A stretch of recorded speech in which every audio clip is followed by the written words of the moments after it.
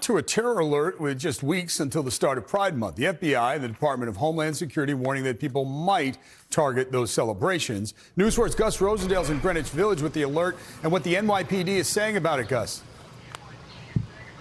Well, David, first and foremost, I think it's very important to point out there are no specific threats being made against anything going on here in New York City. But yes, new today, the mayor and police are addressing concerns. Around 50,000 people will take part in New York City's Pride March, and the celebration usually draws around 2 million people to various events during the month of June.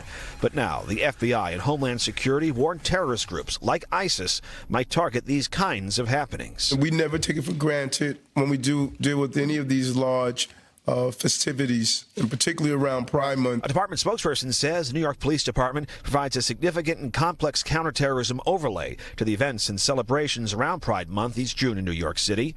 The department's Intelligence and Counterterrorism Bureau also closely monitors all relevant streams of intelligence in real time as they relate to foreign terrorist groups or domestic violent extremists. The threat comes 8 years after the Pulse nightclub mass shooting in Orlando that killed 49 people. ISIS claimed responsibility for the attack. Organizers of New York Pride celebrations say the new threat will not deter plans for the weeks ahead.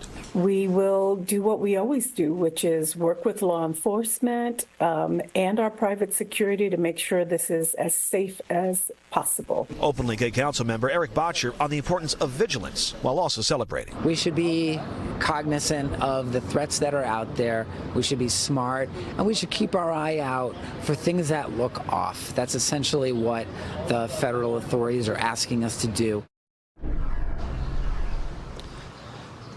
And again, the FBI maintains this was a widespread alert sent throughout the country, but local law enforcement says you can expect a lot of security, extra security, all part of that all too familiar abundance of caution. Live in the Village, I'm Gus Rosendale, News 4 New York. Thank you, Gus.